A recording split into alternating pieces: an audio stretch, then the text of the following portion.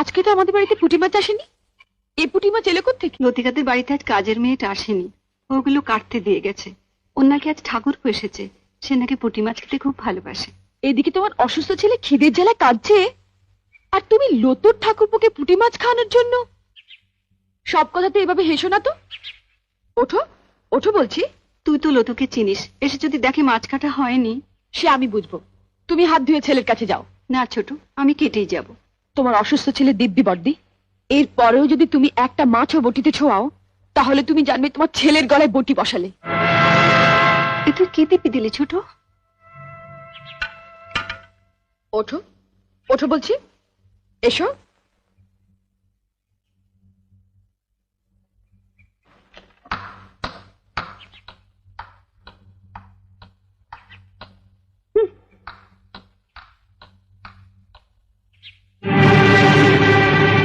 বড় বৌদি, বড় বৌদি, ও বড় বৌদি।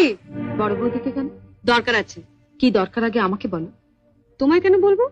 দরকারটা আমার ওর সঙ্গে। দাঁড়াও, সাগরে পৌঁছতে গেলে তোমাকে যে আগে এই ছোট নদীটা পেরোতে হবে ঠাকুরজি। সাগর? আজ আমিও দেখবো ওই সাগরে কত জল আছে।